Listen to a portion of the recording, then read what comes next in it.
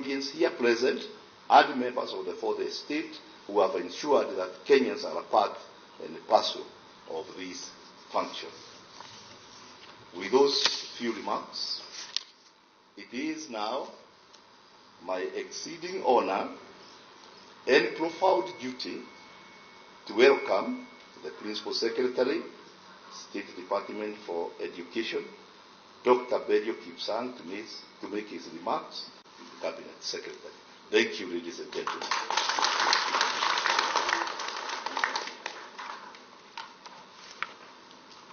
Thank you very much, Mr. Julius Mukos Odambo, the Chair KICD, Director KICD, the Chair Kenya, and for all of us, because we are witnessing a critical milestone, that of making sure our children to the next in grade 9, then we do it in a way that it will be for sure that they are ready for this particular exercise. It is also a time and with a lot of pride, and say that now, which was PP1 and PP2, who transit schools for the 6 years, grade 6. We are transiting to grade 9, which will now be for that layer of our learning have been taken care of as we move forward. We also look forward, therefore, to this particular cohort of learners transiting to so that all the necessary materials that they are required of in terms of books, the core textbook for their learning. All the people they exercising with the panelists, the teachers be part of this, so going through in terms that are over our particular. I would also use this opportunity to most in the Kenya Publishers Association and the publishers that they continue to do that the knowledge that is needed is put into those particular that it can be transmitted to our learners so that we can be able to realize our tagline of ensuring that we nurture every learner's potential and that they are able to move to the next level. I would also want to make that every books from 2 different publishers so that learners appreciate that we give a ratio of 40 to 60 and in that particular teacher be able with a wide of content. Yes, I would not want to go beyond that particular point. We want to ask our head teachers and our school managers to in their schools after we finish with the CAPSEA next week. We have already issued a circular on the same so that they can be able to be available to receive these instructional materials.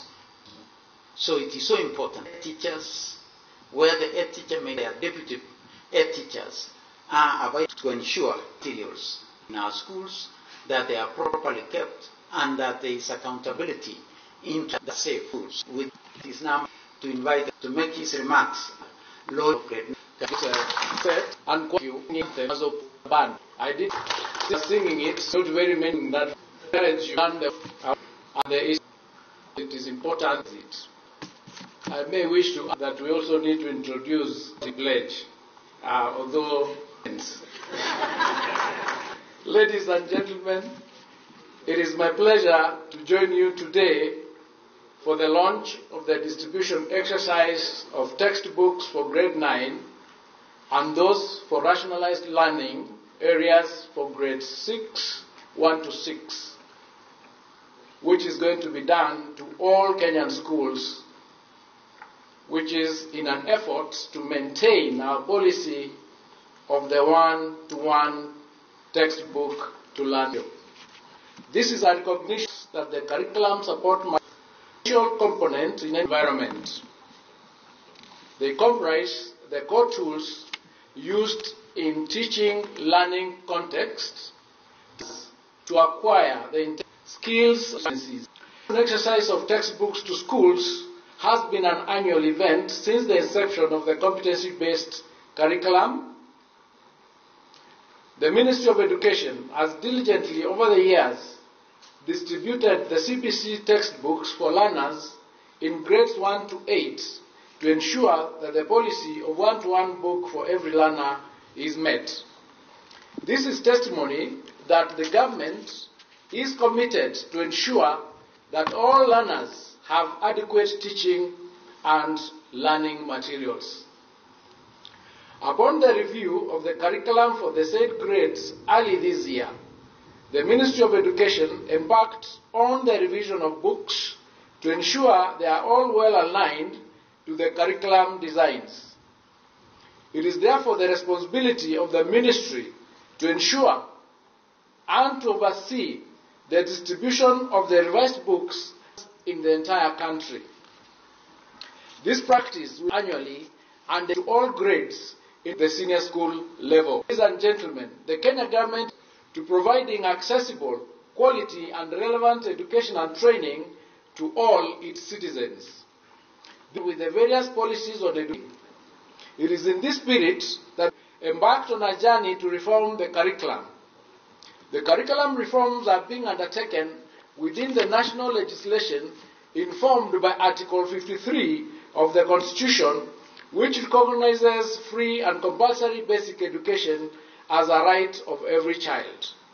Article 43 on economic and social rights states that every person has a right to education. The Ministry of Education policies and programs help Kenyans with affordable school education, higher education and academic research. The Ministry is therefore committed to the provision of the quality and relevant inclusive education, training and research. Allow me therefore to express my heartfelt gratitude to all those who have continued to support the process of the conceptualization and the implementation of the competency-based curriculum, both at the basic education and teacher training levels. The Ministry is committed to ensuring that timelines are met as all teachers for implementation of CBC. The gains of the curriculum are evident in its uptake by public and private schools and the teacher training colleges. The CBC is to every Kenyan learner this knowledge that they require in order to thrive in the 21st century. This can only be achieved through excellent facilitation by the teachers the right to access learning actualized. Ladies and gentlemen, allow me now to delve a bit into the grade 9 textbooks whose distribution we are flagging off today. The approval for these materials was achieved through rigorous evaluation, vetting and validation through the panel system. These materials comprise a learner's book and the accompanying teacher's guide.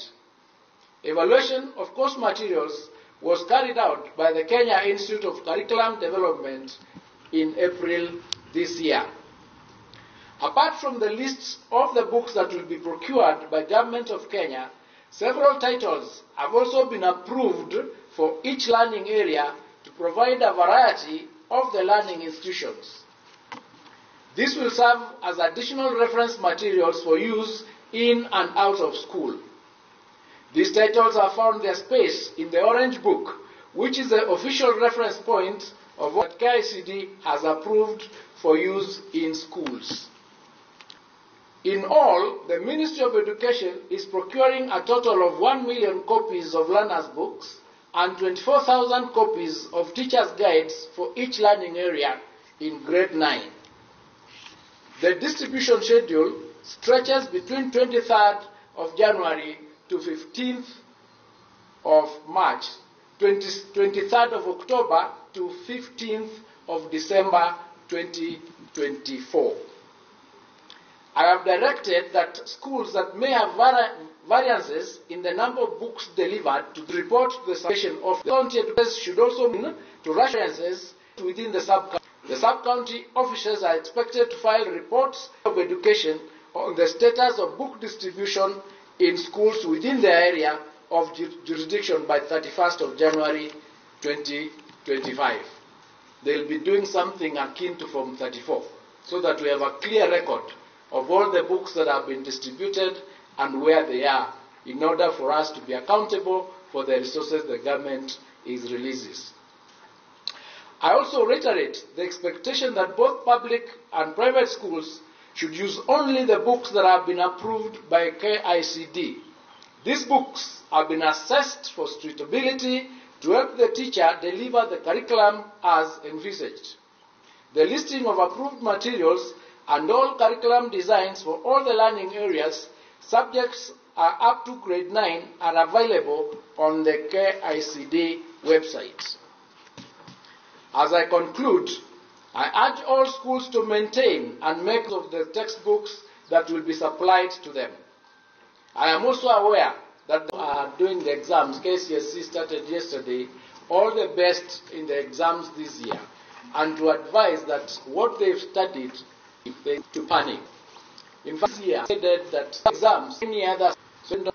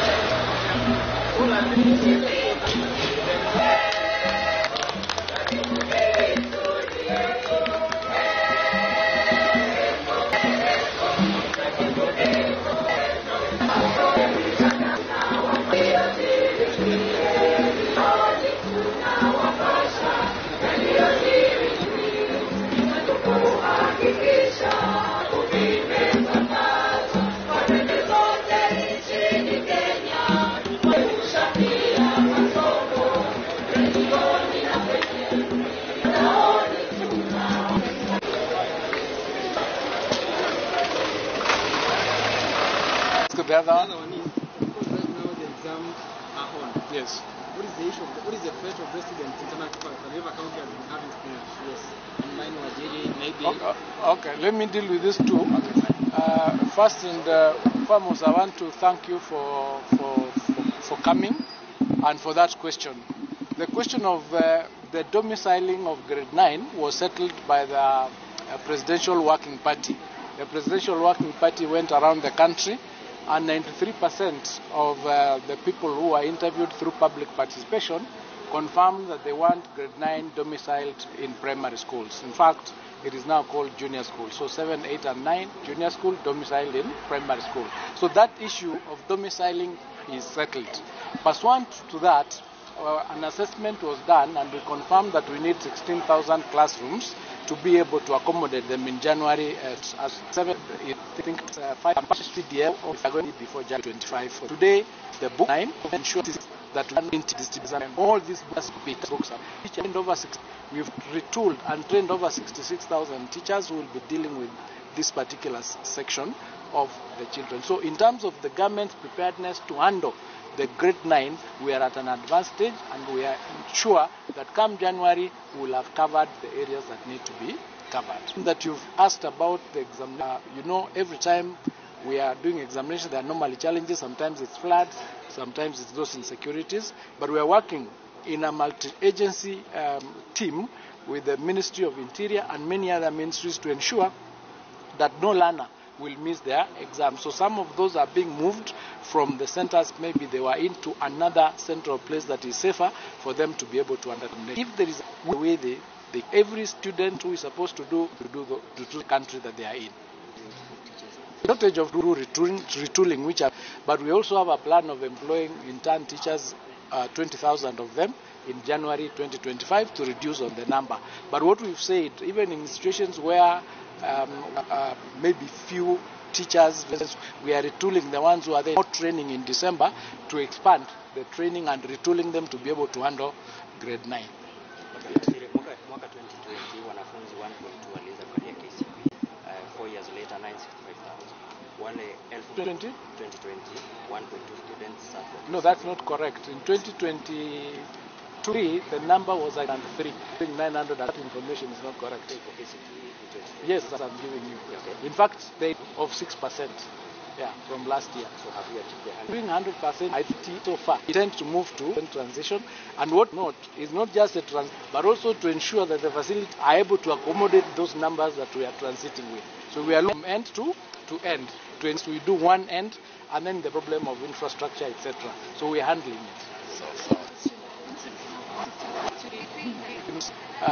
On how but today they've direct notice, the discussions are taking place, and as I indicated to them earlier, we are in an environment of so we ensure that at least so we are doing stuff that perhaps.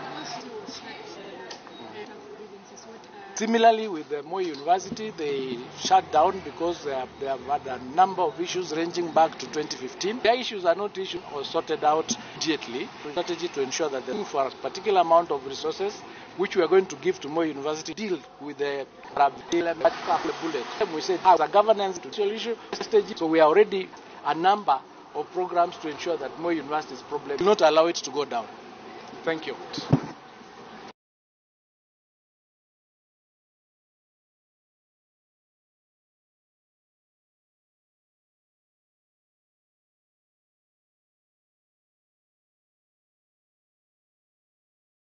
On the 18th of October 2024, the Honorable DCJ empaneled the same bench to deal with constitutional petitions challenging the impeachment of the first petitioner in the Senate. To us, it is beyond peradventure that the Honorable DCJ can assign judges under Article 165, Article 4 of the Constitution, whenever he or she is discharging any of the constitutional functions on behalf of the Chief Justice. In this case, we do not find any fault in the Honorable DCJ assigning judges to sit in this bench, more so when the Honorable Chief Justice has not raised any red flag.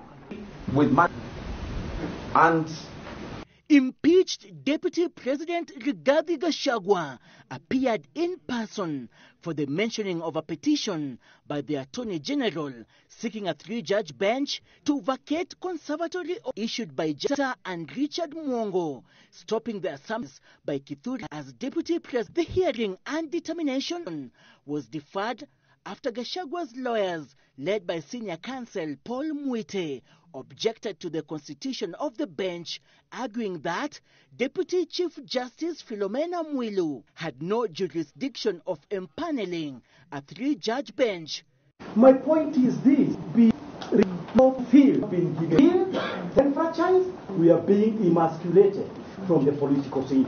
Beneficiaries of expansion stand before this court, and they went before Judge Mwongo, they went before Judge Mwita, they got with finality. That was all. The 3-judge bench had been formed to determine a petition by the Attorney General seeking to have conservatory orders issued by Justices Chacha Mwita and Richard Mwongo, stopping the assumption of office by Kithure Kindiki as Deputy President vacated.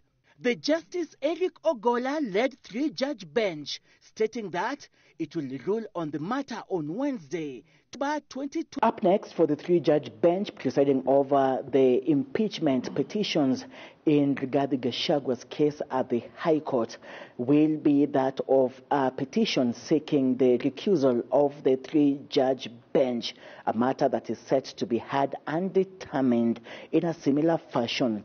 Seth Olale, Citizen TV at the Milimani Law Courts, Nairobi County.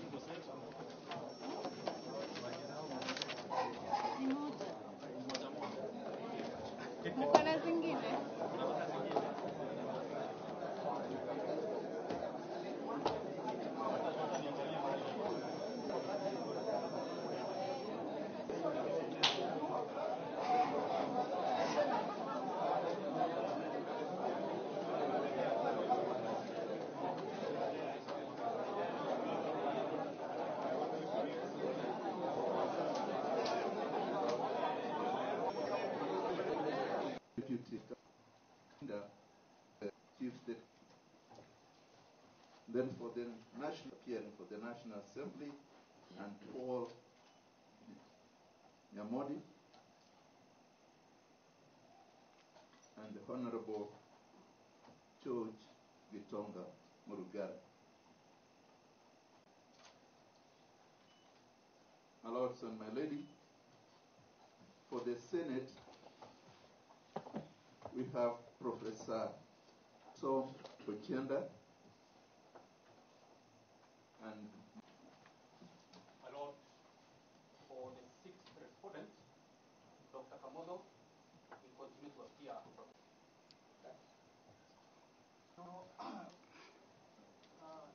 on the third petition. My name is Mugi.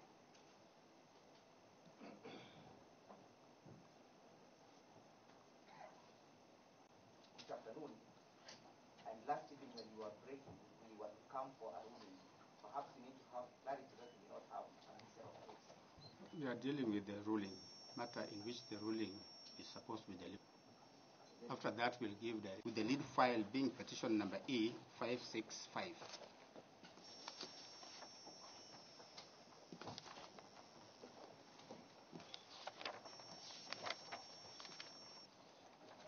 We have set out the structure of the ruling. This is the ruling. Having carefully considered submissions and evidence on record, we consider the following issues for constitutional and instruction method. Whether the Honorable the DCJ can assign judges pursuant to Article 165 of the Constitution. 3 matters. On the first issue, the Constitution is a document sui generis. It is the grundnorm which legally commands superiority and dominance over any other laws, and its interpretation, as of necessity, must be in a manner that all other laws too.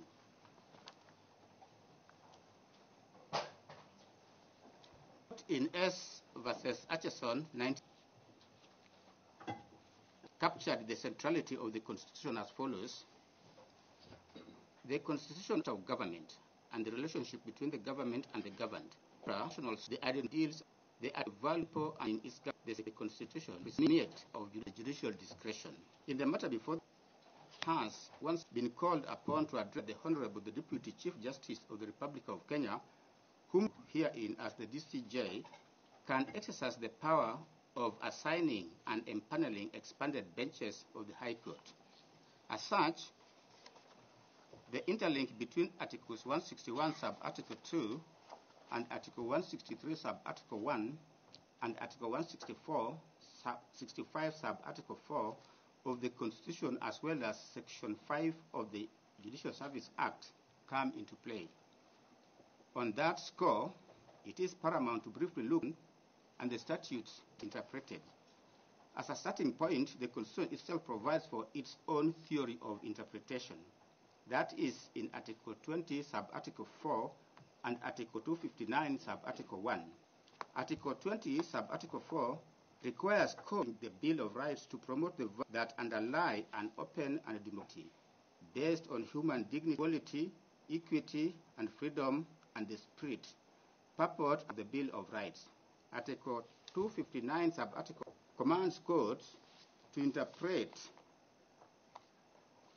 the Constitution in a manner that promotes its purposes, values, principles, advances, and rule of law, human rights and fundamental freedoms in the Bill of Rights, permits the development of the law, and contributes to good governance. In Hail of Kenya, affirmative 1, courts have various methods David D. and other enrolled, the learned High Court judges dealt with 4 constitutional principles, being that the Constitution must be interpreted holistically, that the Constitution does not take approaches to its interpretation, and it, as one would, and the Constitution has provided its own protect and process and Constitution considerations as its meaning. Court, in the matter of the Kenyan on human rights, Supreme Court advisory opinions which have answered the court of the Constitution. The court stated that what is meant by holistic the Constitution, it must mean interpreting the Constitution in context. It is contextual analysis of a constitutional provision, reading it alongside and against other provisions, so as to maintain a rational explication of what the Constitution must be taken to mean in the light of the history of the issues in dispute. Attorney General Court decision must create a court of such. There has to be integrated whole, and no one particular provision destroying the other, but each sustaining the other. This is the rule of harmony, the rule of completeness and exhaustive paramount of institution. On the tenet that the Constitution does not favor formalistic approaches to its interpretation, and that it must not be interpreted as one would a mere statute, the Supreme Court pronounced itself in the case in Interim Independent Electoral Commission. The court said as follows: the rules of constitutional interpretation do not favor formalistic or positivistic approaches. The Constitution has incorporated non-legal considerations which we must take into account in exercising our jurisdiction. The Constitution has a most modern Bill of Rights that envisions a human rights-based and state and social values and principles articulated in the in Chapter 6. Visions reflect historical, social, and political realities and aspects that are critical, patriotic, and indigenous. Article 159, sub-article 1 states that judicial from the people. That authority must be decisions made by the courts. Close quote. In expounding the principle that the Constitution has theory of interpretation to protect and preserve its values, the retired Chief Justice, His Lordship Honorable Mutunga, to say in his concurring opinion in the Speaker of the Senate and another versus Attorney General, the Honorable Chief Justice then had this to say: respecting dissenting opinions in the matter of principle of gender representation in the National Assembly and Senate, that both the Constitution and the Supreme both comprehensive framework sessions for our opinions, I provided coordinate to guide the journey to identify this. It's needed to say more, which I have included, but I will not read. Of non-legal considerations and their importance in constitutional interpretation. Commission of Kenya and 5 others versus Royal Media Services. At paragraph 356, we review the critical constitutional interpretation and relate it to human rights jurisprudence based on the Bill of Rights of our Constitution. The fundamental right in this case is the freedom and this of how his economic, social, content critical in the various that pronounce theory of interpretation. A brief narrative of the historical, economic, social, cultural, and political background for sub-article 35 of the above in paragraphs 145 and 146.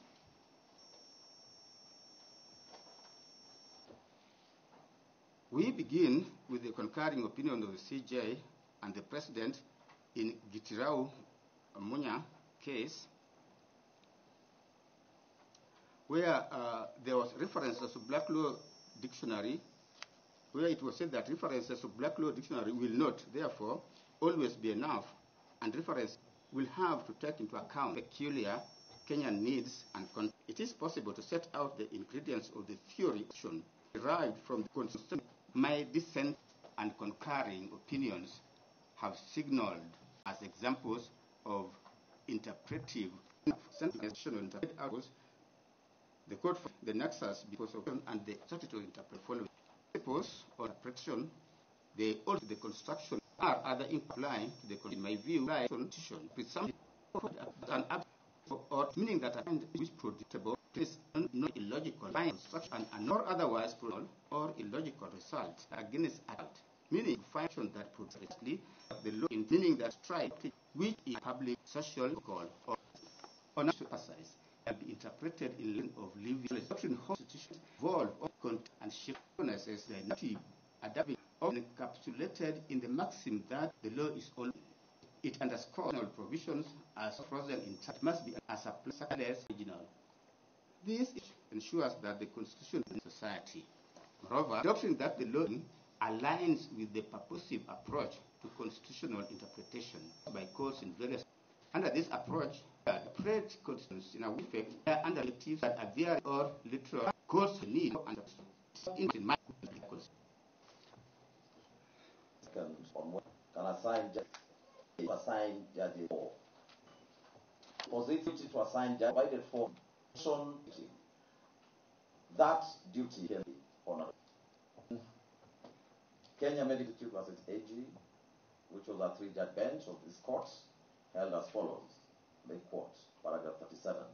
Therefore, by empaneling this bench, the Chief Justice was carrying out his constitutional mandate as opposed to similar functions under the former constitution, which were hinged on the constitutional provisions and were merely administrative. End of quote. In Leina, the Conchela, and others, bench by the court head and this is under Article 165.4, constitutional as fully administrative. The Honorable DCJ as the justice is on leave pending and Chief Justice as the constitutional we find not at 40 and a distant application. They say this is distinguishable.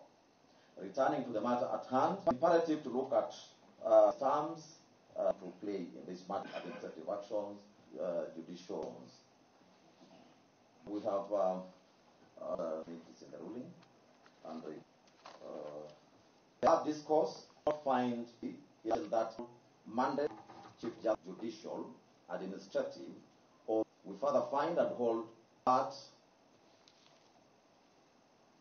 the constitutional mandate exercised by the Honorable Chief Justice under Article 5, Sub-Article 4 of the Constitution are constitutionally restrictive. Shall now constitution under 165, Sub-Article 4 of the Constitution by the J. Article 161 of the Constitution is of the Chief Justice and that of the Deputy Chief Justice as the Deputy Head of the Judiciary. Article 163 of the Constitution creates the Supreme Court, the Honorable Chief Justice of the Court. The Deputy is to deputize and is also the Vice President of the Court. Article 1 establishes the Commission. On the 24th of October 24, the arguments by the year to insinuate bench ought to have read the date.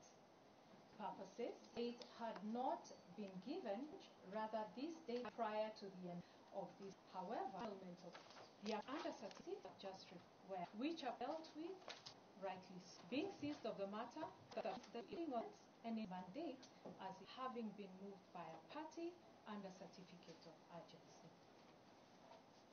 So that it was information to the bench, PM that this bench role and no in the administrative movement and have been raised in the transmission of, but it is crucial for us to clarify that transmission in this case may not necessarily refer to the physical transfer of documents.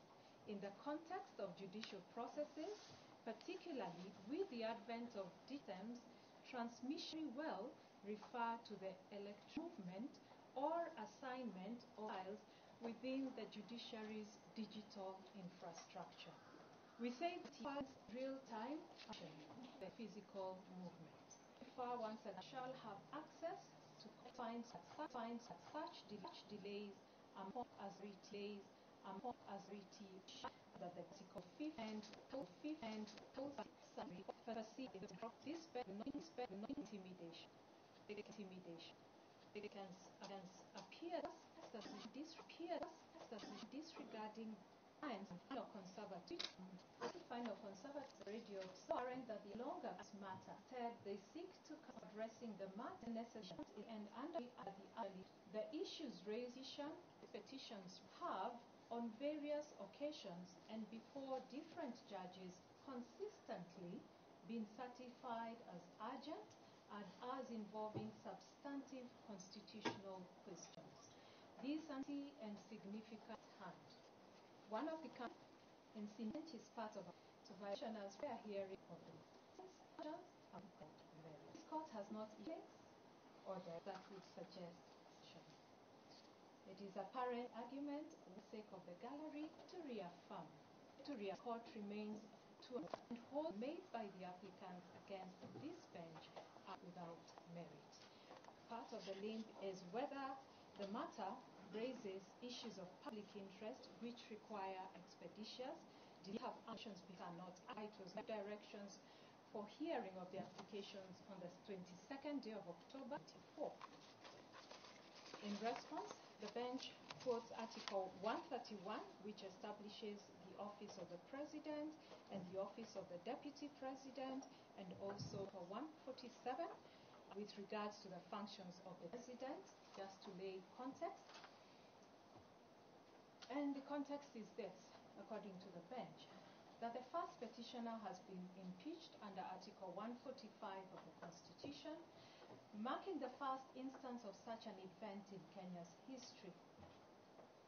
The impeachment of the said and you will the Supreme Court's definition of public interest in the case of Stewin versus Roscoe, which permit me not to get into. To say that from the public in the mode of dispute public. This, in our view, as the bench, enormous public interest, and it is in fact public that high most or cast by the applicants concerning the directions for the hearing of the applications before the court on the 22nd day of October 2024, in our view, lack basis, and they are dismissed. Thank you. Disposition, the Honourable Division,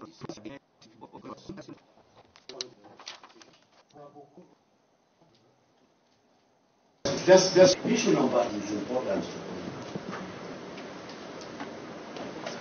Yes, the consolidated as that. So the lot that was created as of yesterday, and the fact that we do have now a notice talking about these matters, the truth of the matter, unless we have where some of the matters that were not there yesterday have not even been served notice. And I know them. That's how we take a fresh date without somebody. Somebody to bring to conservatory or grant the petition, it stands, which there is no cover. Speak. Even if the queue made it where the cover of this notice. Also other Kenya in the just air. Let us mad list. And the other fact is that we have consolidated. First, we have filed the process books. Jury 6 with the lead petition 22 of 20. Is that correct?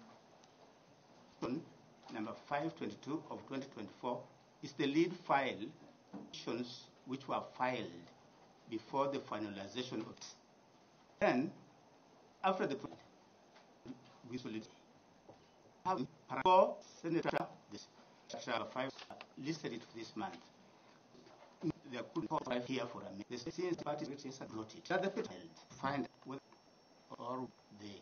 This mentioned 70 or 20 got here.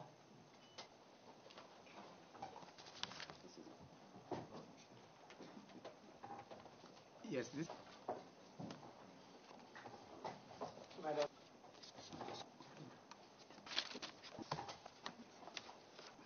Empaneled to the Honorable Golden Mr. Justice, Dr. James Gandhi. I think there are only 3. Zero each. Thank you. If I may make there is action number of my in respect to the process of take submission of files that is around 2 million. These others that are because these allegations are under by that agency. We go on for 2 or 3 hours without any directions having been given in 565. if any of them, we don't duplicate. That if they are right for, the consolidation should know the hearing of the Nyamodi and second respondent. That is, we will deal with the issue of consolidation. We are aware of the powers this court has on the issue of consolidation, just like how we exercised the powers yesterday. We may decide to either hear or give directions on the consolidation. However, we are in agreement that the next application in line can only be one, and it is the application for recusal of this bench. And that is the application which, after we do everything, tomorrow at 2:30 is up. If in that application, in the second cohort, is coming up for hearing tonight, 2:30 in the morning, with the decision, give directions on that. So that is the way forward. Prepare to hear the application of the bench at the morning with the procedural issue and any issue. But 1 and 2. Will be no for it is on will be a ruling will be no other issue. That should come first. If you don't want, there's no reason any other thing. My Lord, there was only 2 or 3 of them. Yes. I think tomorrow.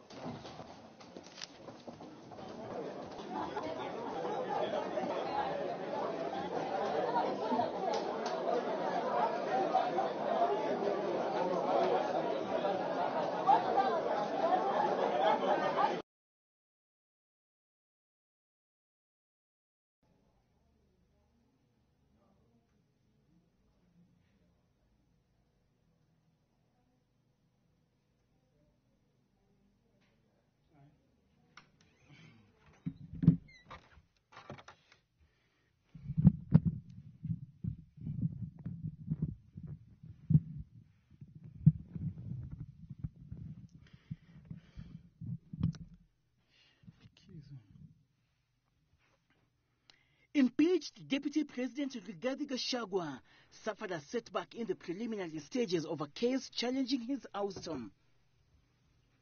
Impeached Deputy President Rigathi Gachagua suffered a setback in the preliminary stages of a case challenging his ouster. The High Court ruled against Gachagua's petition seeking to declare as illegal a decision by Deputy Chief Justice Philomena Mwilu constituting a three-judge bench to preside over Antoda Mugambi, presiding over consolidated cases of impeached Deputy President Rigathi Gachagua, stated that Deputy Chief Justice lawfully empaneled the bench to preside over the matter. The judges further stating that the court acted within judicial rules. As beyond official after an application was submitted by the Attorney General seeking to vacate conservatory orders issued by Justices Chacha Mwita of Nairobi and Richard Mwongo of the Kerugoya High Court, stopping the swearing in of Kithure Kindiki as the new DP. Gachagua's counsel, led by Paul Mwite, indicating to the court that their client will appeal against the ruling. The three-judge bench will on Thursday morning preside over consolidation on additional files and other procedural matters in the proceedings before hearing a recusal application by Gachagua in the afternoon. Seth Olale. No. Matters concerning and reminding everyone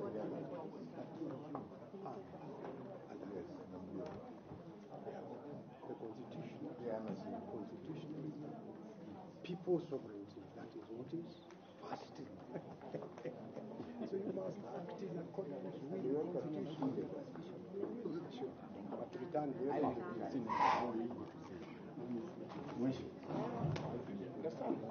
How are you?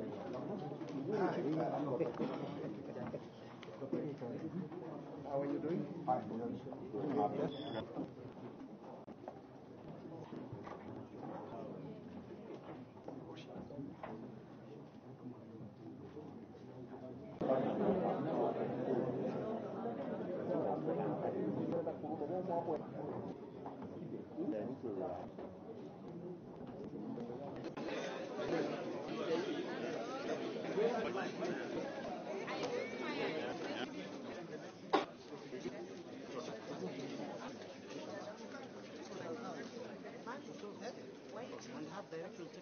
Yeah, why should we have a situation whereby we are dealing with things by installment?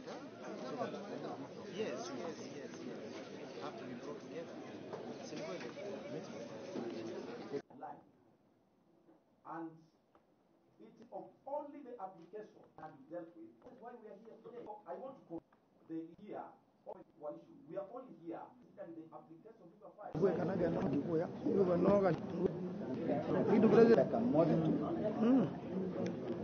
What?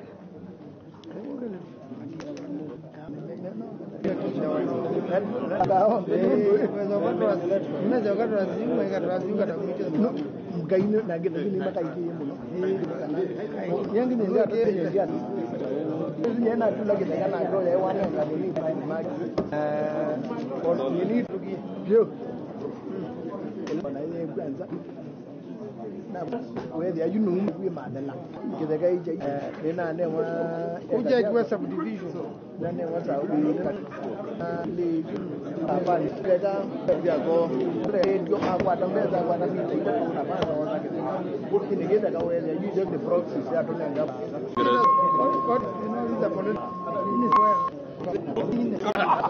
They are fine, but they do what?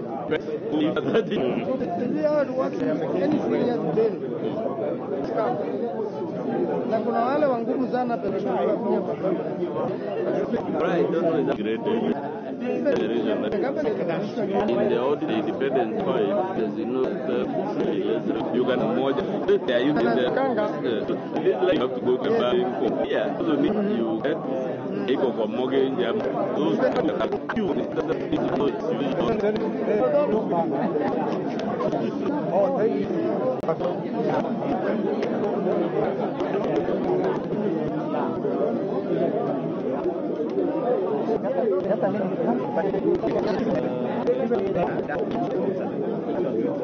we can ask them to clarify. There is environmental is supposed to come and order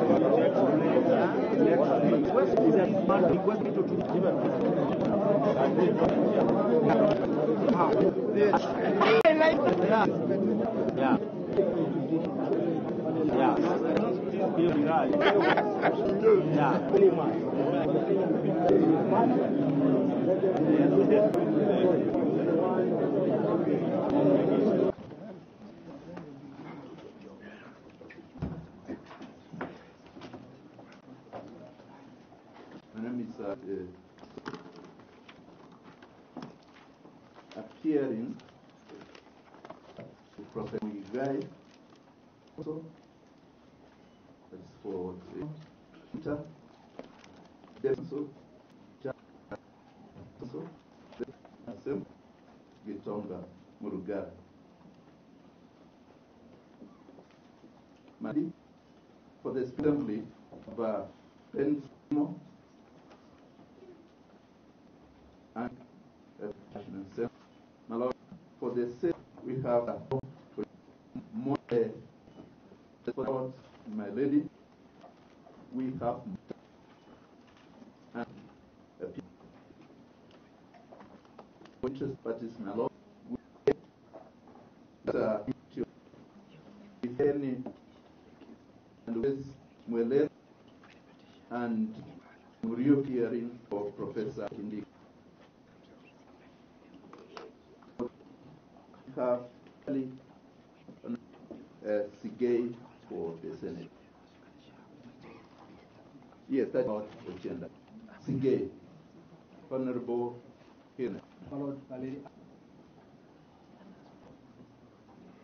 Order for the sixth respondent.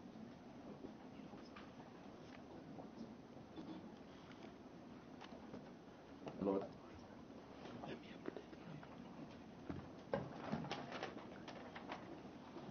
My Lord, for the sixth respondent, Dr. Kamodo will continue to appear as appropriate. My letter here, Mr.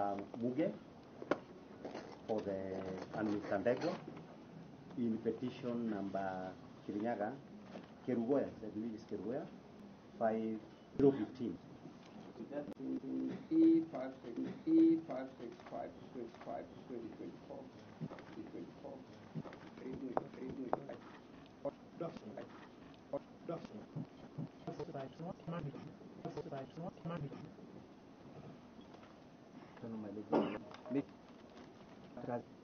This afternoon, we were from the office staff. I think that there were several mentioned before this afternoon and break up for the record for court parties. So that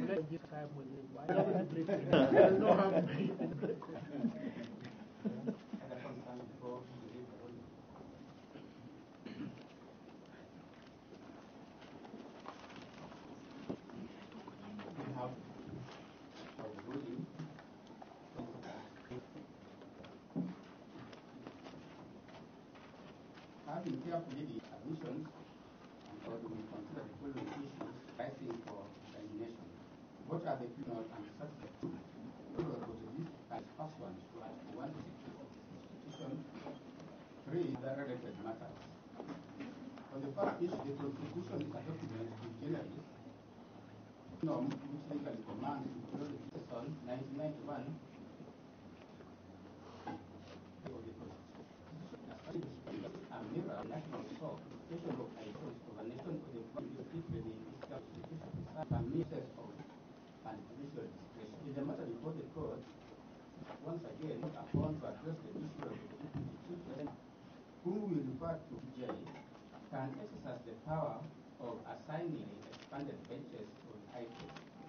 As such, the interlink between Articles 161 of the Act or how to be changed for 154 article to my objects of intercourse because the description of wood is one of that institution legal concern God national command advice which are sitting follow sitting is actually sure ready and choose well planning farm as a whole and not one would the system go on inter-election rules to form and values and in the article 10 that reform just to invest from the previous. How is involved in the general representation and Senate and the comprehensive foundation petition debate by from government by petition understand and determine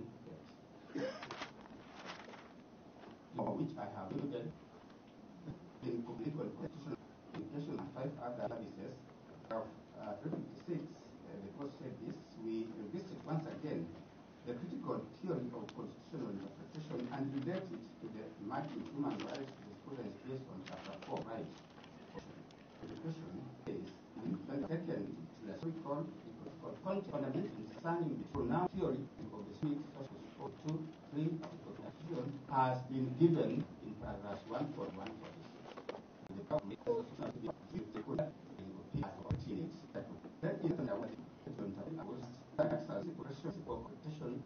principles interpretation new. Also apply statutes. Other inputs which are of such new instruction as absurd should have done. That's an abstract result. Assumption against unworkable or impracticable result, meaning that a code which produce or impracticable result. Presumption against an unknown or illogical result should find against a construction anomaly or otherwise irrational or illogical result. And the presumption result, meaning find against that produces artificial result, and lastly, the principle that the law should serve public interest, meaning that the code should strive to avoid adopting a construction which is in any way adverse to public interest, economic, social, and political, or otherwise. The court, as an independent arbiter of the Constitution, has fidelity to the Constitution and has to be guided right and constitution. And we wish the constitution direct a constitution.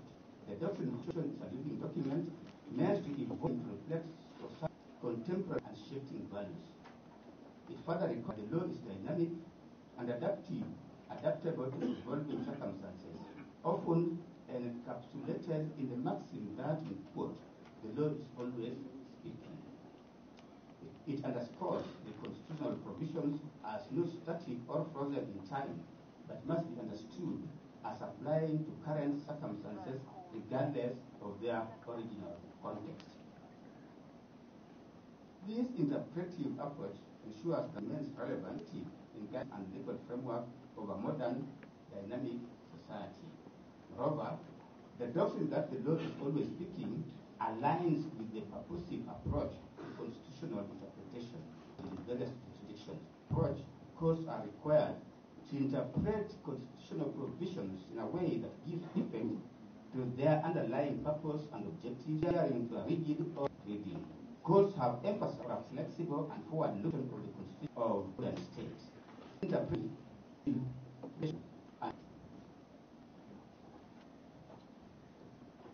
Second.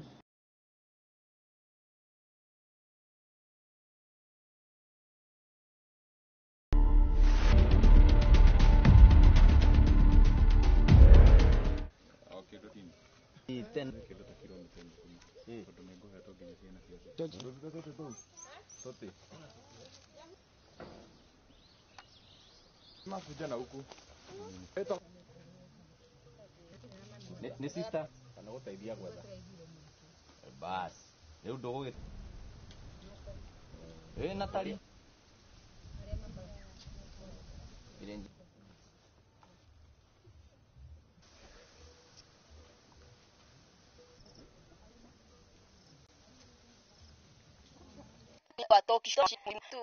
Wanafunzi wa shule wacha nipigie walinzi waangalie kama amelala huko darasani. Wakamwangalia, mwalimu akanipigia simu darasani.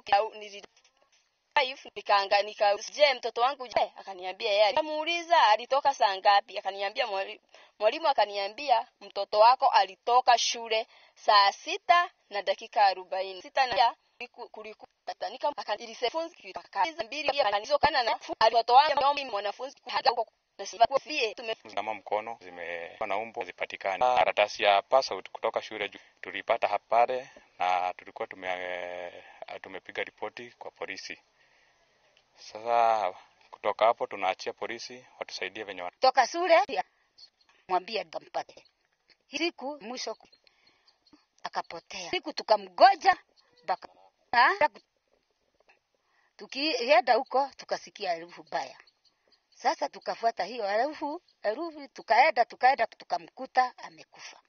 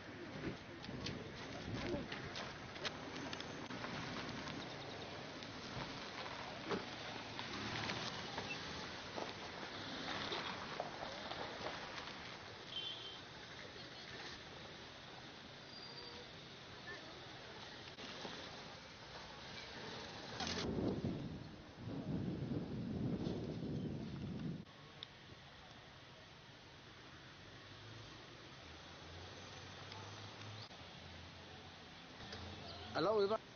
Hello.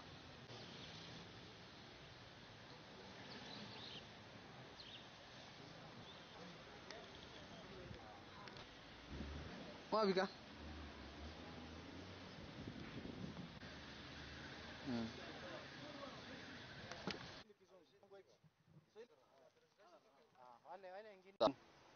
Kutoka Nairobi tumekuja hapo Machakos, Meiti hapo, Daud, Said, left the other daughters in City Moch, and we are very happy. We came here. Meiti she was killed very. 2 hands were seen from the. It was very bad.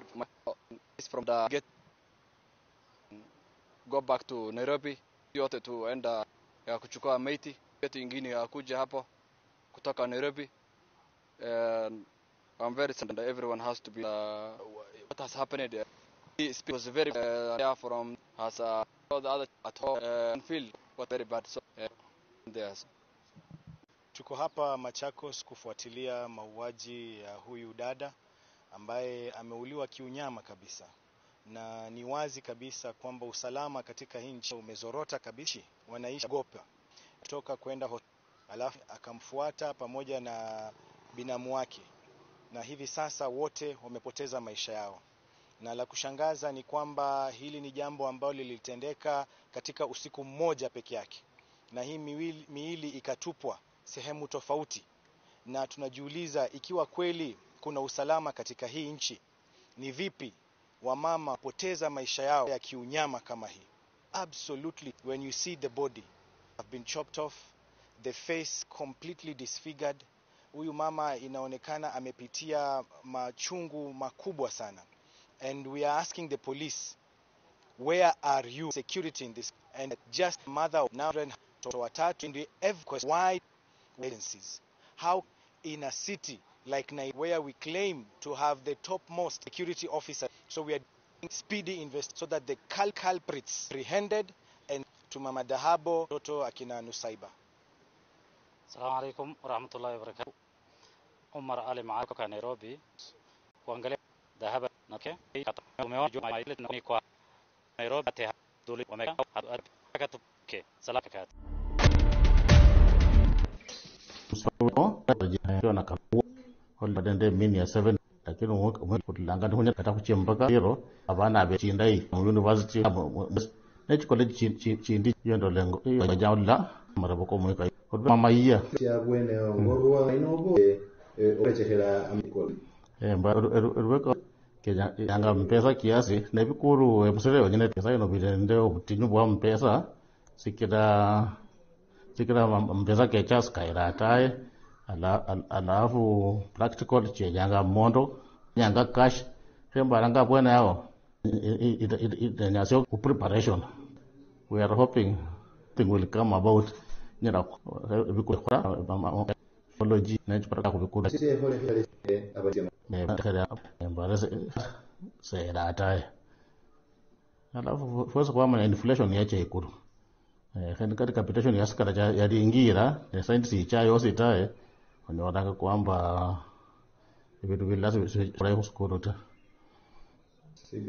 CBC kujidienda kwa grade 10 cha grade 9 lakini ya grade 9 ya skala mjute secondary hilo na cha grade 10 baro le skuru ifwe kudi nenda ability yoko sana chipato chos kitaru lakini kudienda kali ya kubolle tunapenda ba maldo kuetarisha kwamba bikenge na chipato chos kitaru stress nende performing arts chido cha nde kadhalika baro mungozo yuko ole body school kujara kwepanga bulai lakini ole school siyo musire kadari ba wale chos kitaru kucheko mihira sikira kule metal workshop woduta pe tekza ala music nenda katanga sibi elekeo na kumbe lakini sanga sina kubacha changamoto ingali ni amana kabe wali ababari hanga bekibo obuya wa senior school ana ka CBC assessment ndio amana ka teaching method namba panya kwa assessment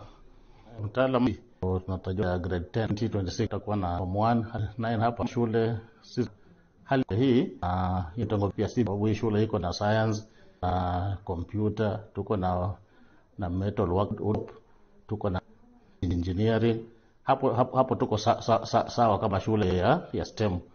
Pia kwa upande wa pato education social sciences humanities languages nafikiria walimu si wa kutosha ambao wanaanza funza na pia ile ya sports science na mashule tumekuwa katika ya michezo ya drama na kadhalika. Nafikiri kile ambacho tunangojea kupata mwelekeo kamili kutoka kwa serikali, shule zitapatiwa ama zitagawanywa katika hali gani ili kudhilivyo. Nafikiri kama wanataka kupanga nyingine kuchukua vile ambazo katika kupeana alama na kutoa malizo tofauti, ina njia yake jinsi ambavyo wale wanastahili kutathminiwa wamefikisha kiwango kinacho na foto kubwa na CBC ni in individual just which is not possible. Thank you.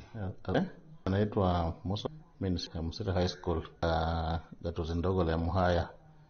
Kwa sasa tunajiandaa kwa mtihani wa KCSE. Kama shule tayari tumeshaanza na oral leo, na wanafunzi na kutakuwa na matokeo mazuri. Kama shule tumejiandaa vilivyo, wanafunzi walikamilisha dia katika maswali hali nafikiria sasa Novemba watakuwa ya matokeo ya mtihani. Changamoto kwa shule nafikiri practicals, sababu practicals zitahitaji angalau pesa hapa na kadhalika, kwamba yofanya kwa sasa uchechefu wa pesa na kubwa zaidi. Kwa upande wa kama walimu wakuu tutafanya stahili kulifanya mitihani hiyo inafanya kwa sheria za baraza ya mtihani na nafikiri kupata ndio kwa ndani na pengine watu watarajia nini mwaka huu? Asante. Kila mwaka shule zote hutarajia kupata matokeo bora zaidi kuliko mwaka uliotangulia. Mwaka jana tulikuwa na mean score ya 7.1. Mwaka huu tunalenga mean score ya 8.0 yetu. Najua tunawahimiza wanafunzi nao kazi, lakini kukumbusha wanafunzi mtihani ni wao ili wapate wanastahili watapata ndio. Asante.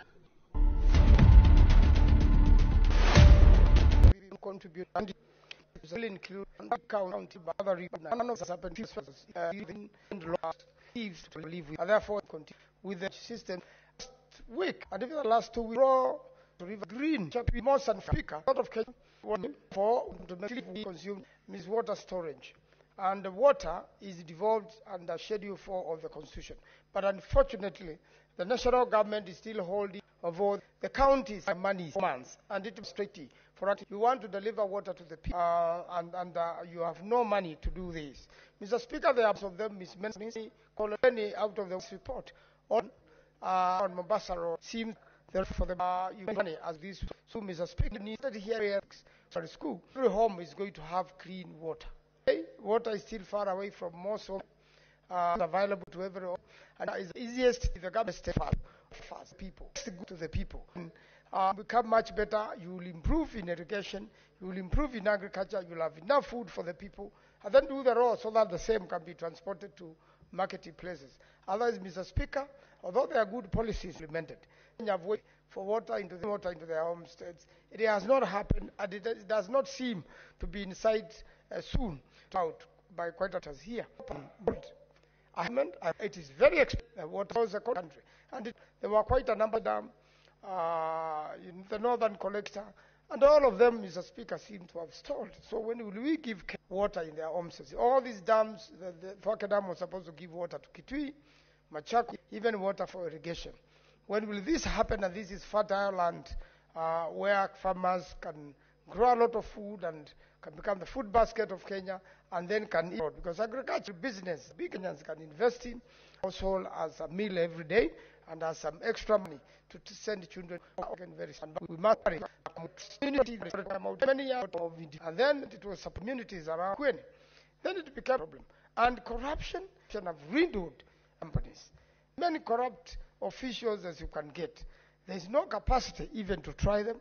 You want to have a capacity to deal with this, and even the police have capacity in water responsible where they want to around it. Exactly, we have in the country. Thank you. I think the report. I want to commend the committee first for the excellent work they have done, because visiting 80 water companies is not an easy thing for knowing the resources that is available to this country, this Senate. Honorable Speaker, is actually very crucial resources. Kenya scarce to be utilized by Honorable Speaker, also has the highest number of institutions. Water works ranges on every time and Speaker, in the counties, most of them makes actually resources from just getting money from the counties. But of course, the water work company is not even able to pay it for some times now. Two and the county is actually the issues generate water sources with boreholes. These boreholes are committee for the paying money now. Communities are not able to give managed by the county. This time that must be able to support the counties so that at least back to the one other thing is most of these companies are non-entities actually. Most of them are not even registered. They don't have legal status. They cannot be operating officially. I mean, actually, sometimes the World Bank or so these companies be able to sustain them. So I think we set cabinet to be registered. They having their own process from and the other thing on this duplication of works. The company is working there. The companies have posters and water management. We have also the Department of Water in the same counties, in the same businesses. So to have, to divide the responsibility for these two regional and water agencies revolving eventually. And this week we're meeting with all the stakeholders, I think in the course of the next month, so that we will be able to back to the counties. Thank you. Honorable Speaker, thank you, and I want to support this motion. Applaud the Honorable Party say so, which are also out of Senate. So, Speaker, water is like SDG 6 talks about water and relationship of to health. We know of water. We all know the real critical space that the availability of water played in this country when we had the disastrous COVID, Honorable Speaker. And Honorable Speaker, water remains a basic need of all of us. And that is why the provision of water is so critical to this nation, Honorable Speaker. There is the 9 reports of water companies of Busia, Elgeyo Marakwet, Kirinyaga, Kilifi, Mandera, Migori, Mombasa, Laikipia, and Tharaka Nithi, Honorable Speaker. But the obstacles that we consider in Speaker, the AG Speaker, SLAC have served as CEM of water for some 6 months in Homa Bay County during some transition as we are going for the 2017 election in Homa Bay County. Then the CEC of Lands privileged to serve as CEC of Water for some. Honorable Speaker, all the challenges that this committee talks about are challenges that countered when I had that shot as the water. Honorable Speaker, the infrastructure that our counties have, especially in the county headquarters of the county, a structure that has been there, in particular town and city, we have an aging infrastructure. Despite the growth that has been there, means that this currently have the town. Has, through development partners, has dealt with the availability, the supply of water. Honorable Speaker, if the counties or the companies do not get funds to deal with the distribution lines, with expansion line issue pipe down, because if it's going to be pushed to all the areas of the catchment areas, infrastructure that is available is not able to do so. So, Honorable Speaker, the county governments or the boards and all the funders or the development partners must, as a priority, deal with the rehabilitation of the distribution lines of our water and infrastructure these jurisdictions. Honorable Speaker, there is the mention of illegal connections. And Honorable Speaker, when you reflect at all our urban centers, you often see the thriving business of water tankers. Honorable, also means they are able inadequacies of water, they are able to make their thrive, Honorable Speaker. Honorable Speaker, water remains a basic need. And as the world has enshrined in SDG 7, everybody should be able to access water as a Honorable Speaker. Report also mentioned high operation, and this is a setback in most of and municipalities still rely on electricity of power. A number of the companies able to pay electricity bills, and so you have interruptions in the of water in our municipality. Honorable Speaker, there is also a mention of governance. Honorable Speaker, the companies, this is that water, this system, this by competent people appointed, Honorable Speaker. Our governors that oversee this company, that bosses of cities must work on, of course, the water center. Lastly, Honorable, I want to mention that water provision must not only be limited to the urban space, that everybody in this republic provision of water. Counties, as they focus urban centers, so enhance to water in our rural areas. So now sub-county our town. We have no water. And yet, Victoria South Water Services had in a bore in their town that is capable of the whole town to one or wards county. It's happening, Honorable. The water is a distribution. All the honorables have water ministry secretary, but have county government of Homa Bay would look at rehabilitation of this distribution line. And I call upon our county government of Homa Bay at the rehabilitation of the distribution line of the main water supply of the honorable that water is, as I've said, to security. Honorable Speaker, we've had situations when there rains, and yet we see that our government is not able to have in time so that it can solve the scarcity of water at times of drought.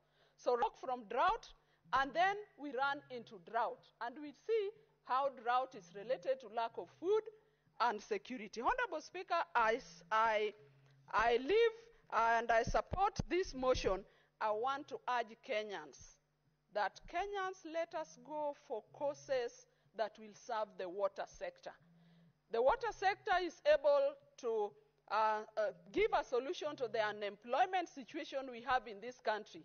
Honorable Speaker, this country will lack adequate plumbers, we lack adequate water engineers, and this can be solved by our people, our Form 4s that leave school, going to the Kewi school enough to build manpower for Honorable Speaker. Senator William. Thank you, Honorable Speaker. Honorable Speaker, I also arise to support this motion and also admit that I'm also a member of this particular committee and thank the last Senate 2017-2022, Honorable Speaker, because also the side committees, other special funds and the Honorable Speaker would audited by this particular House, Honorable Speaker. And I want to thank also my chair, who is the deputy party leader of ODM. I know he's really leading the committee very well. And I have also told him 2027 is likely to come and face us, so he needs to do a good job. Thank you, Honorable Speaker. Honorable Speaker, as a committee, as we went through the reports, the auditor, generally issues that we noted was weak management structures in the water companies.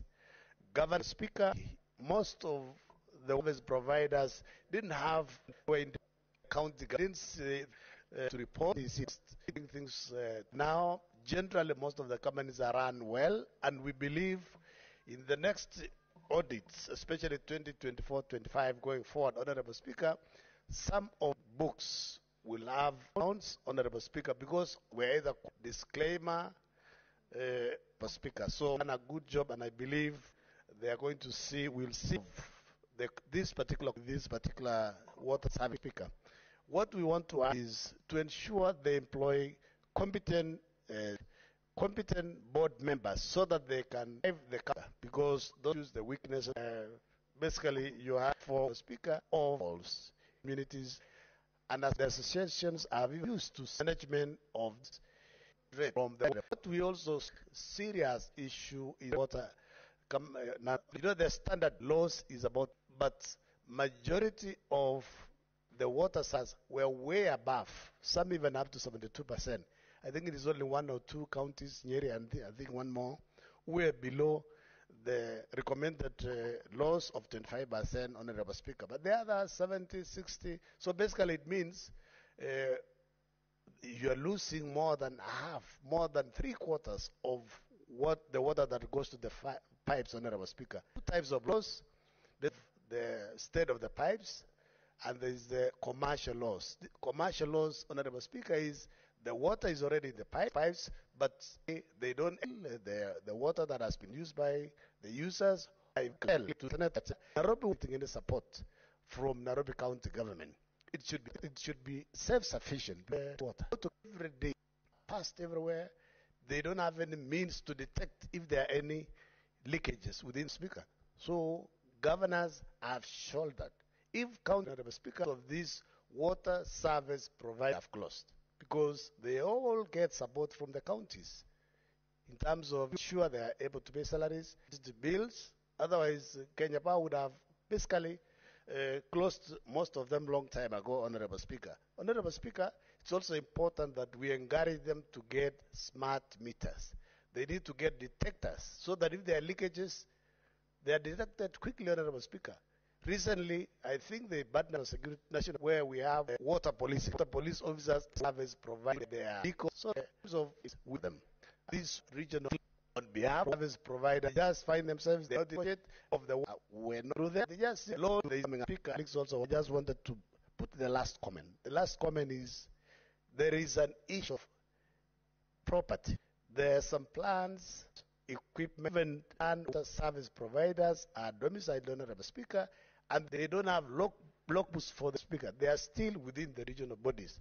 And we have given intergovernmental agencies, the governors, and Honorable Speaker, to ensure within a certain period of time, the assets that belong to the water service providers should be handed over to them so that it improves their balance sheet, Honorable Speaker. Honorable Speaker, I know in areas like Elgeyo-Marakwet County, small water subsidies because it's medically even or intercommunity conflict because of pasture, because of water, will be reduced if, Honorable Speaker, our governors sit down and they ensure our people get clean water across the counties. I don't want to say much. My colleagues, I support. Thank you, Senator Hamida Kibwana. I support this motion. I commend my very able party leader, ODS, he has been doing. I just wanted to note for cutting points. The cross-cutting, actually, I was looking at the audit report, which was considered by team. The water companies, Mr. Speaker, have taken loans, some of them, due to develop infrastructure, but they end up not being able to do it. The big dams that was, they got the dams, but then consult at services. And the issue that in develop when doing a large dam. Now, a large dam without last mile connectivity, Mr. Speaker, does not work, I think, very well. And then they had to pay off. Mr. Speaker, they ask, but not. So you are with monies, or fundings to be paid, and yet this is a challenge for financial statement to the water companies, to counties. Mr. Speaker, also I remember the but no companies. Mr. Speaker, this is a big issue and a problem to the water companies to give a fair, correct view of the financial position. Each time we are always, we are always having issues with the water companies that they cannot account for the financial position. And to some extent, it's an indication that the national government is not ready, Mr. Speaker, to take care of those functions. The other challenge Mr. Speaker, is that ownership, actually arrangements between the water companies, the water companies at the national level and the county level. That one is also an issue. Mr. Speaker, the non-revenue has also been mentioned, the non-revenue water. It is, Mr. Speaker, they bring system breakages, illegal connection, many other issues. But I think water companies need to invest on this one.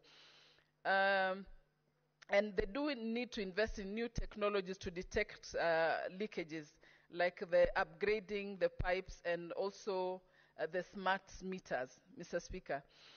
We need to embrace the smart meters to tackle the commercial losses through the meters, we're reconnecting and doing all sorts of issues. And that's why actually the counties go at a there's some counties, Mr. Speaker, I related, they have multiple water companies. For example, Machakos have 6 or 7 companies, water companies. Kiambu, you recall, it has about 8 water companies because they're not viable. And lasting, exciting, and quite difficult. The recommendation is to bring down the water companies to a number that is easy to manage, Mr. Speaker. One, but not the least, Mr. Speaker, is I remember the areas of shortness of water supply. You find like a sharing goods, you know, that they are within the county. So you have the shortness of water, adequate supply, inadequate supply, places you find pipe but no infrastructure in the water system, replacements of the pipes, Mr. Speaker, put the companies in a very awkward position. Now, my last kick, Mr. Speaker, is that the committee, I remember, recommended that to this cluster such arrangements so that each county to have its own service provider. Mr. Speaker, I know someone else needs to speak, so I want to yield my time for him. Thank you, Mr. Speaker. Senator Hilary Sigei. Thank you, Mr. Speaker, and I want to appreciate Senator Hamida for according me the remaining 10 minutes or so of the session, Mr. Speaker, so that I also comment on the motion. And I want to also appreciate the chairperson of this committee, the Honorable Senator Osotsi, for a job well done. The reports which and 20 were listening to the report, they had over 89 various counties that they had to subject it to the level that they had the report. I want to appreciate the chairperson for leading the team and for the recommendations that they have given to this House towards the management of this war. Mr. Speaker, it said that one can live, but one cannot, and you only can appreciate the value of water when the taps are dry.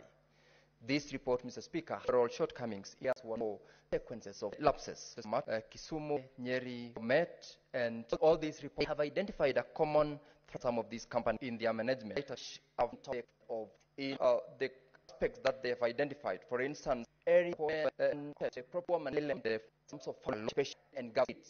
and loss of funds to sometimes acquisition of those particular. Number two, in the this particularly in the audit report of 2019, RENAS companies previously borrowed loans for purposes of their water companies and transition have been properly audited and disclosed to areas of public resources. The recommendation, if only their respects comply with getting the management style that will lead to support of the companies and also service provision to the public. Mr. Speaker, particular interest which I've picked from the report of the year 2019, 2020 and 2021 are continuous and resolved queries which have been raised. You find, Mr. Speaker, that in the year 2019, a concern has been raised with, for example, in deduction from 2020 and 2021, this particular report. For instance, the unremitted deductions for the period 2019 to the start fund was at 2020, and in 2021 tells you the recommendations have come from the companies, and the concept is continued ballooning of those unremitted and collected deductions from the management of the staff salaries. Another very important and key note that we've picked from this report, Mr. Speaker, is non-revenue water. You notice that out of all these reports, the rate at which the companies have lost on this non-revenue water is because of either unmetering or that the mistake to action. The regulator in these reports, Mr. Speaker, for the 3 financial years, I have noticed that in Bomet County, for instance, in 2019, the losses where we produce over 4.6 million cubic meters, we can only account for 2.1 million cubic meters. We have a loss of 53%. Senator Sigay, when we debate, you will have 15 minutes. It is now 1 p.m. to adjourn the Senate. The Senate therefore until later today, 24 at 2.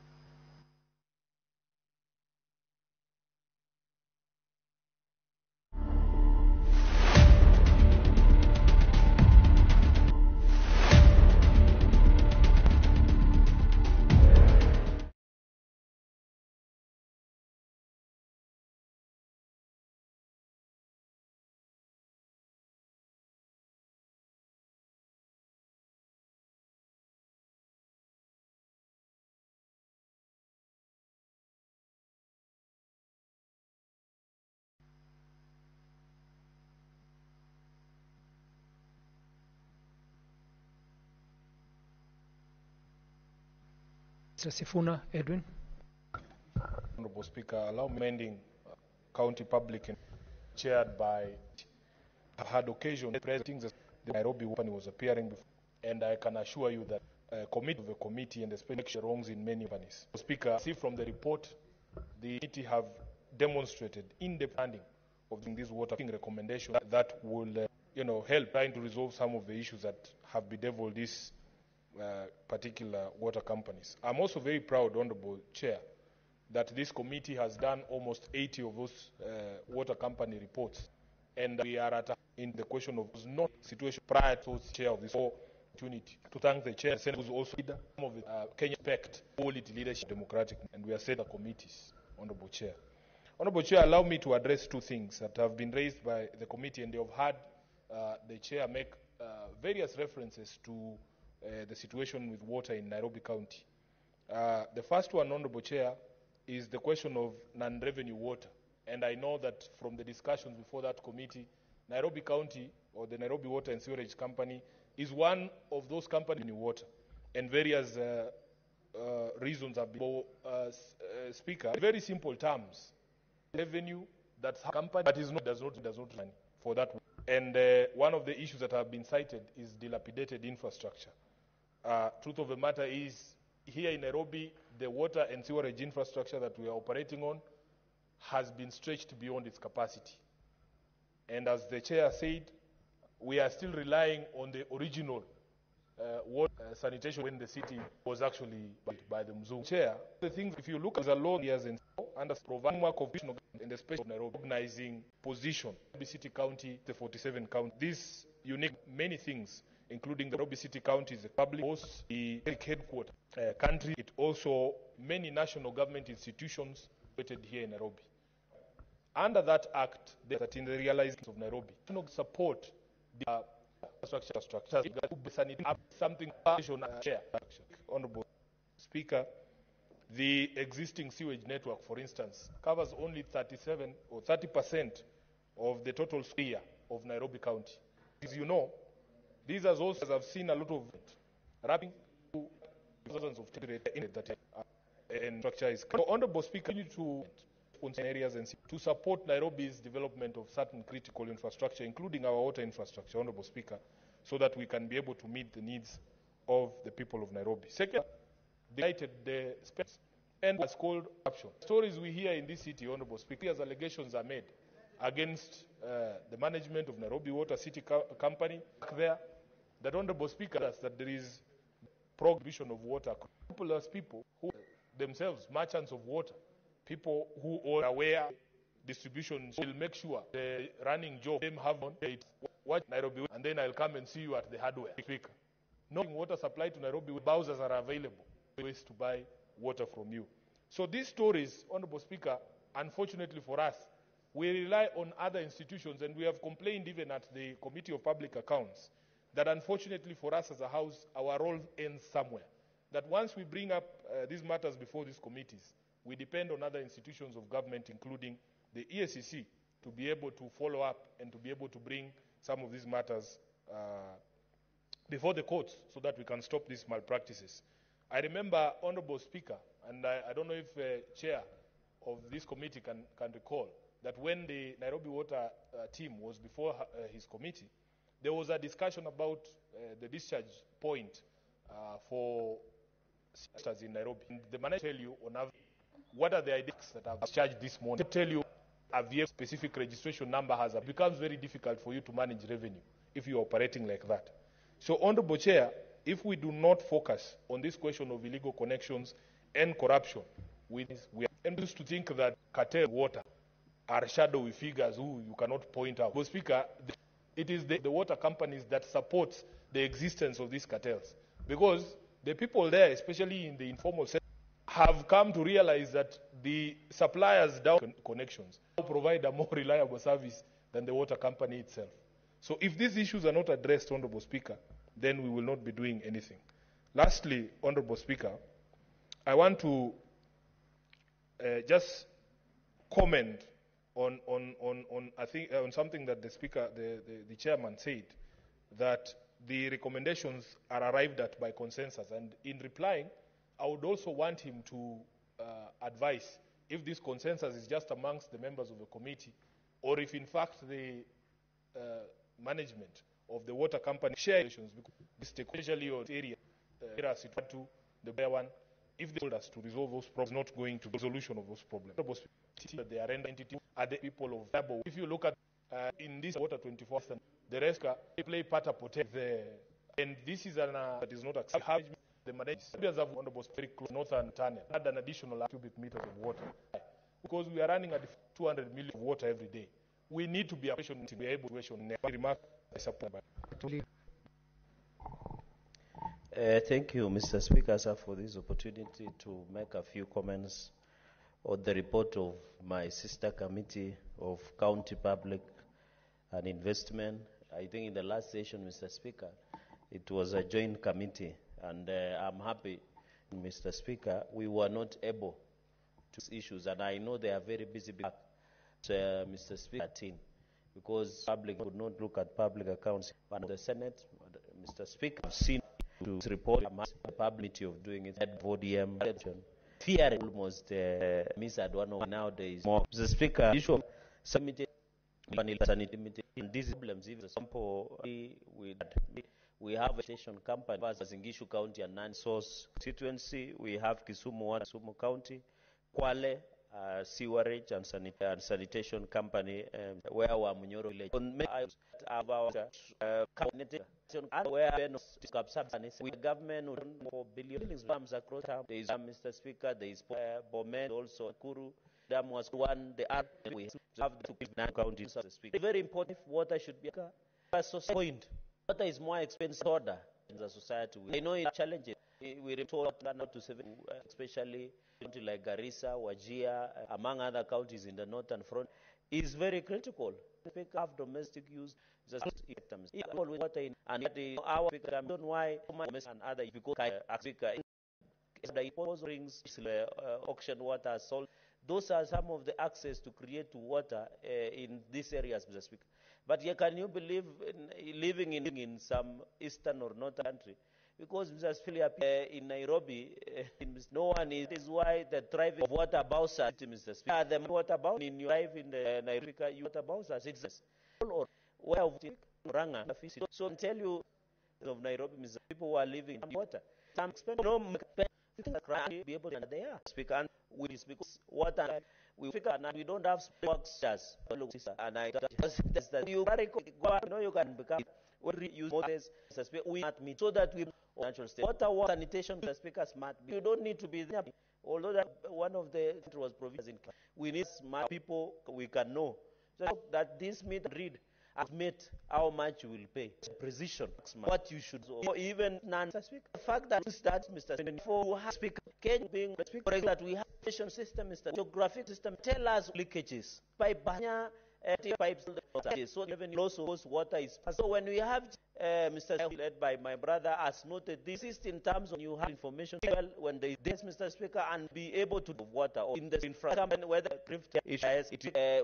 when they upgrade that IC was done. You don't need the funny part of app. It becomes you are paid what infrastructure big problem software you. Then Mr. Speaker, on the issue of report of this, Mr. Speaker, should resolve. You remember the amendment called the Water Amendment Bill. The intention was to reverse the fourth schedule and manage work stations left to. But this called authority bigger and falling within South Waterworks, Central Rift Waterworks, This water will be completely. For example, in Lake Victoria, what is Cambodia? It's only they have hired only one governors to remove it. More in Lake Victoria, not drilling water in schools and hospitals. Other community center. They are only drilled in Kakamega and Vihiga and other areas, but Nandi is left out, Mr. Speaker, because of perception that this region, Mr. Speaker, and it undermines Article 10 or principles of good governance and national values, Mr. Speaker. So when you look at Lake Victoria North, Nandi, when you look at the projects that come to Nandi through that waterworks as opposed to other regions, Mr. Speaker, it is very unfair. And I think it is high time we disband and ensure coastal waterworks, no drifty waterworks in the country. Because they don't waterworks and most of Mr. Speaker, and not driven Aurora and Kimwa specific waterworks, Mr. Speaker. These same waterworks are becoming passion and inefficient, Mr. Speaker. Most of the coverage and Mr. Speaker, even in New Hillstown has been given near Kosoi next to Nandi Hillstown, Mr. There was sewerage and sanitation. Most of the sewerage, Speaker, can you believe it, by Muzungu? Senator Katana said we need to be will change us. If over this, and in terms of that infrastructure, sure passive program. So you are sure the sewer and the Speaker and important do that, Mr. Sources program where most of the Speaker to always provide water. We matter should be that become minister. There are more Mr. Speaker. You remember and stop nasty that because you're like no one can.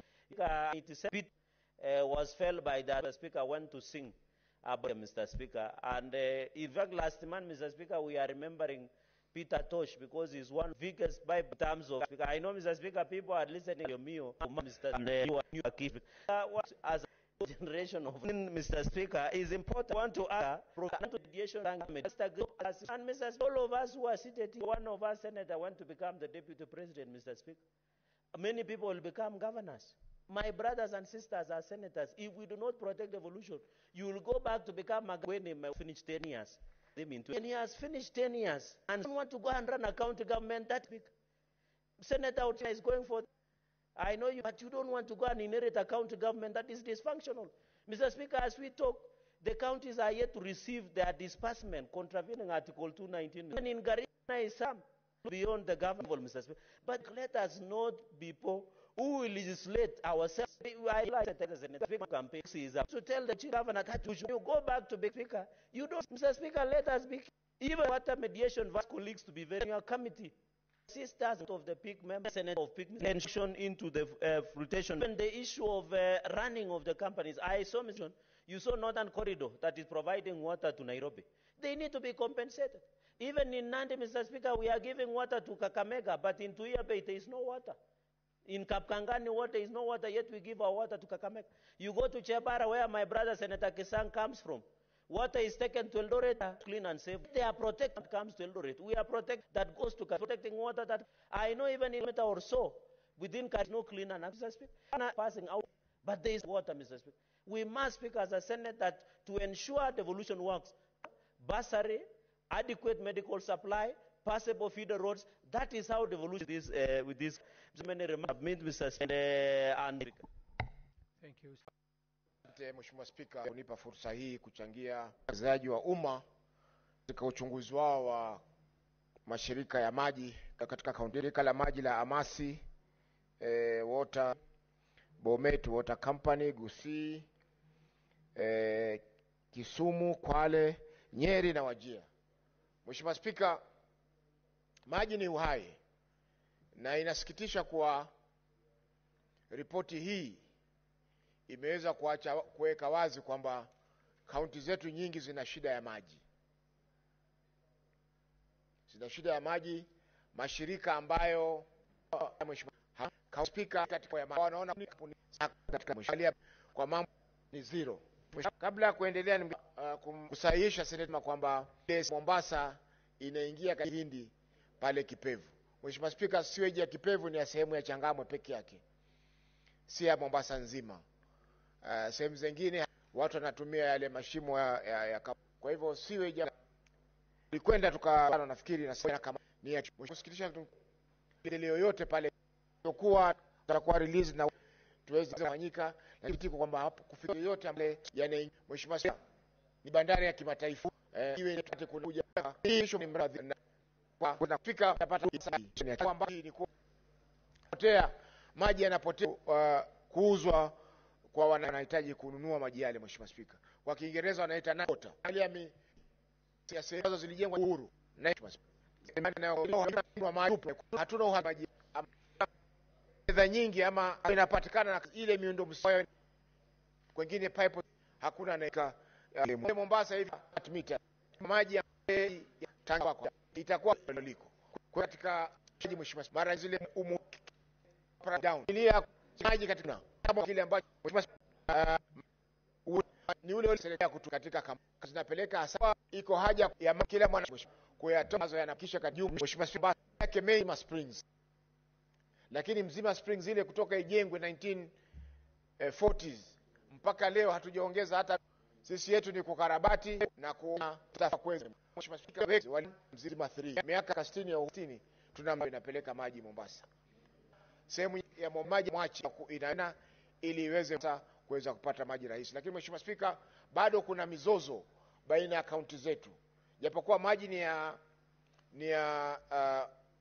zile sehemu za maji ni sehemu za kitaifa, lakini bado kaunti zetu zina maji. Kwa mfano, hapo nyuma kulikuwa na mzozo baina ya Kwale County na Mombasa County kuhusiana na zile mradi wa kaunti maji ya Mwache yatakuwa Mombasa kisha pia watu wa Kwale.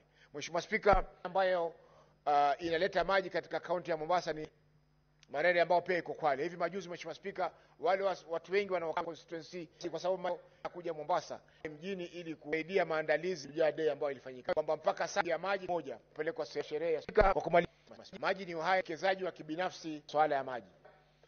Kaunti zetu kama ni Watabuza ama mbili, ukiangalia nyingi 4 kwa moja iko Changamwe, Kisauni, iko kama katika masuala ya kwa wananchi wanapata ya rahisi maji ambayo yana uhakika kwa sababu ni masafi, na vile vile pia maji zitaweza kupata fedha za kukibu mahitaji yao. Lakini Mheshimiwa Spika, kila mwaka hizi kupata idi warudi mwao ifadhi kampuni hizi hazina njia ya kuweza za kuwezesha kukua.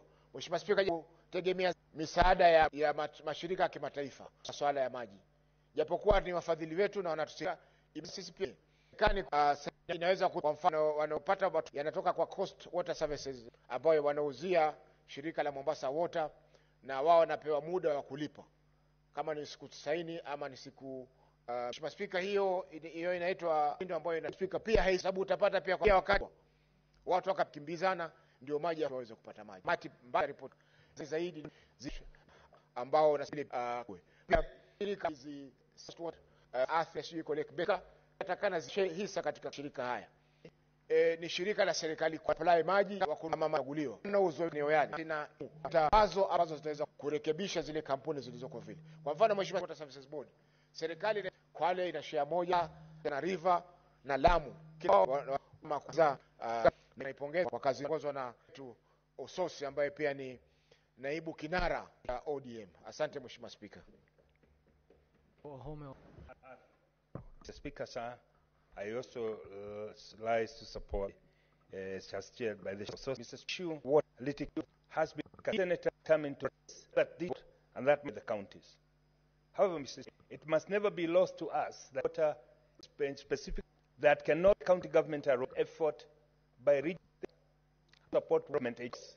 I think it's the high time that services really not enjoy those. And therefore, Mr. Speaker, we look at the water issue. County is one. How some to care that in the city room propose the same time sources and the back those dams Michelle. We have now the new where we make sure that equity to the business.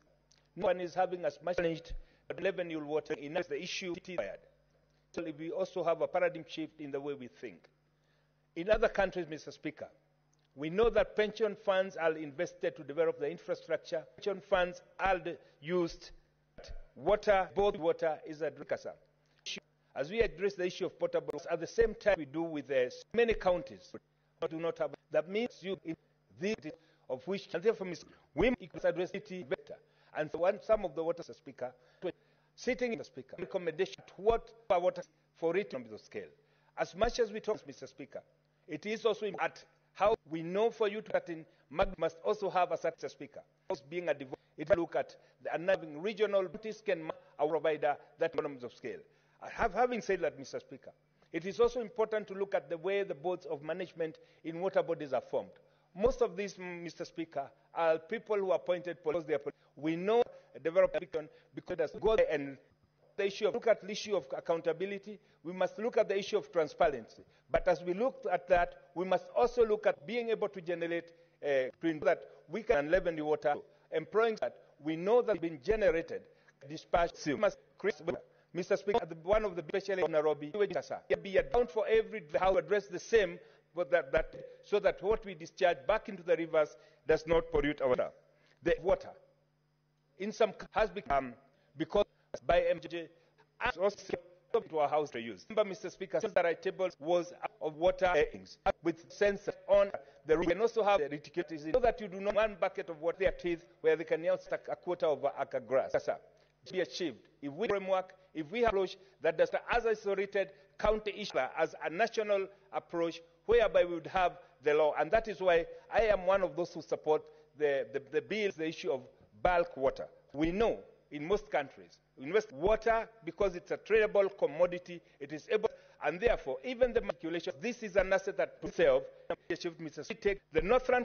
If we had equity into that by the project, by now we would be selling the commodity. And at the end of the day, the goal of having cheap, clean, and affordable water will be achieved. Mr. Speaker, as I conclude, I would want to commend Nyeri County because we've been performing. It is one of the counties, none.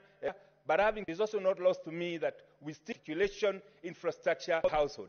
And Mr. Speaker, and this, if one infrastructure, and to do that, I think if we come up with legitimate the water bodies to be a private equity from the banks by making water a tradable commodity. Mr. Speaker, sir, I want to thank the committee for having come up with a report, and I think for the senators, it is a challenge that yes, providers, and it is one of the law handling that we can be able, and by so doing our legislation. Thank you, Mr. Speaker. I support.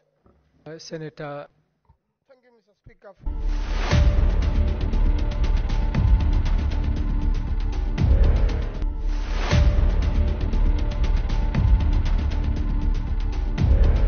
And performance, unclear ownership of assets, lack of an updated fixed asset register. These companies, quite a number, do not have a fixed asset register.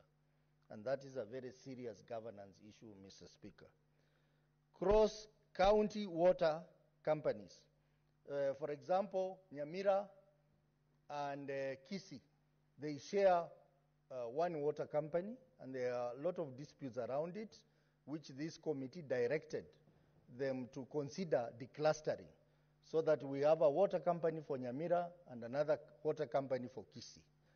That process is ongoing, and Mr. Speaker, Mr. Speaker, through committee, we have recommended that a declustering company, water company for Trans Nzoia and a separate water company for both. Process, Mr. Speaker, the two companies are making progress, and we are going to have that declustering.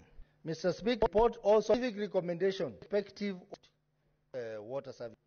That reports also a mission containing were members of the committee. Mr. Speaker, it is important the members of service before they to present allowed the committee's oversight role, but those county entities and help the water companies work their special business have number of in the board here.